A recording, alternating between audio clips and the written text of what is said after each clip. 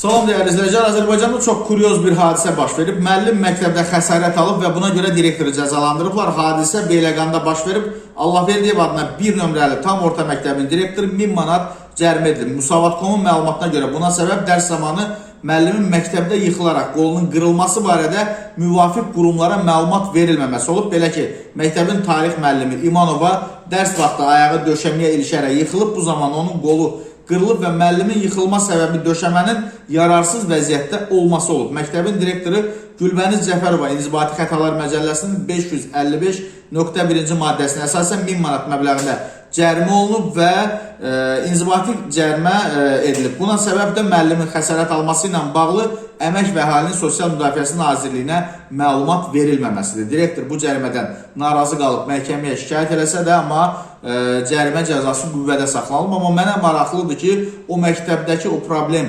həllini tapdı mı? Bax, o döşəmə məsələsi.